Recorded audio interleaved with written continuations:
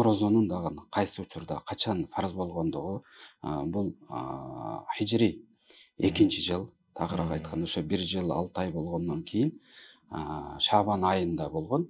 Эми бардыгыбызга белгилүү, бул хижри жыл пайгамбарыбыз Меккеде Медина шаарына көчкөндөн баштап хижри жыл деп башталган. Эми бул хижри жылдын эсеби кандай болот десек, хижри жылдын эсеби бул ай эсеби менен болот. Бардыгыбыз билебиз, мусулмандардын жыл санагы ай менен болуп эсептелет дагы. Буну лунный календар деп айтылат эми. Ай эсеби менен пайгамбарыбыз өзүнүн хадисинде дагы айткан, мисалы аш-шахру хакада, хакада, хакада деп бир көрсөткөн. Ошондо 10 мындай кылып көрсөткөндө 10 30 күн деген.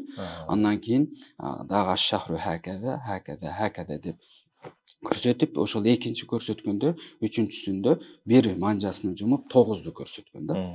Демек, орозо айы 30 күн, орозо айы 29 күн болуштугуну пайгамбарыбыз бизге айтып өткөн. Ошонун негизинде биздин ошол ай эсебибиз менен санаганыбызда 354-355 күн болот.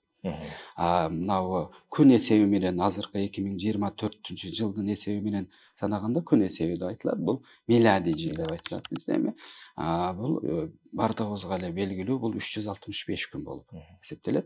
Эми ошонун арасында 10 күн, 11 күн айырмаланып отуруп, бизде 36 жылдын да 1 жыл мусулманчылыкка кошулуп калат 1 жыл. Ошонун негизинде анан мусулман жыл санагы менен паланчы 63-кө чыгыптыр, же 65-ке чыгыптыр деп айткандыгы ошонун негизинде болот.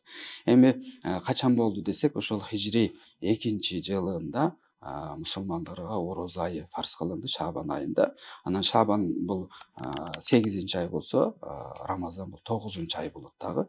Ошо Шабандан кийин Рамазан айы келгенде пайгамбарыбыз орозосун тутуп